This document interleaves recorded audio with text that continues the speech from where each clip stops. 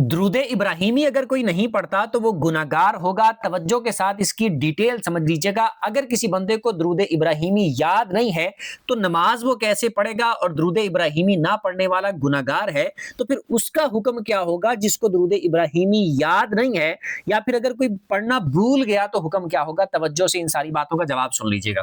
یہ بات یاد رکھیں، درود ابراہیمی اگر کوئی بندہ نماز میں جان بوجھ کر چھوڑتا ہے اور بار بار چھوڑتا ہے، یعنی کہ درود ابراہیمی وہ نماز میں پڑھتا نہیں ہے، التحیات پڑھنے کے بعد سلام پھیر دیتا ہے یا پھر دعا پڑھ کے جو عربی میں پڑھنی ہوتی ہے، لاسٹ پہ درود ابراہیمی کے بعد پڑھتے ہیں، وہ پڑھ کے یا صرف التحیات پڑھ کے درود چھوڑ دیتا ہے اور سلام پھیر دیتا ہے، جان بوجھ کے اگر کوئی بندہ ایسا کرتا ہے اور بار بار ایسا کرتا ہے تو وہ بندہ گناہگار ہوگا، کیونکہ مسلسل وہ بار بار سنت مؤکدہ کو چھوڑ رہا ہے۔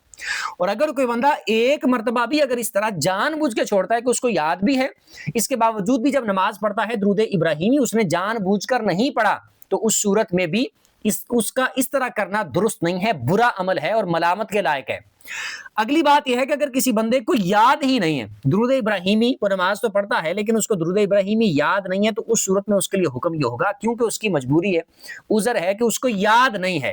اس حد تک تو ہے کہ اسے یاد کرنا چاہیے، کہ اتنا کوئی مشکل نہیں ہے یاد کرنا، تو یاد ہونا چاہیے، یاد کرنا چاہیے، لیکن چونکہ اس نے نماز پڑھنی ہے اور یاد نہیں ہے تو یاد کرنے کی کوشش تو کرے۔ جب تک یاد نہیں ہوتا تو کوئی اور درود اس کی جگہ پر پڑھ سکتا ہے، جیسے صلی اللہ علیہ وآلہ وسلم، یہ بھی پڑھ لے گا تو پھر بھی ٹھیک ہے، اور جب یاد ہو جائے پھر درود ابراہیمی پڑھ لیا کرے۔ اور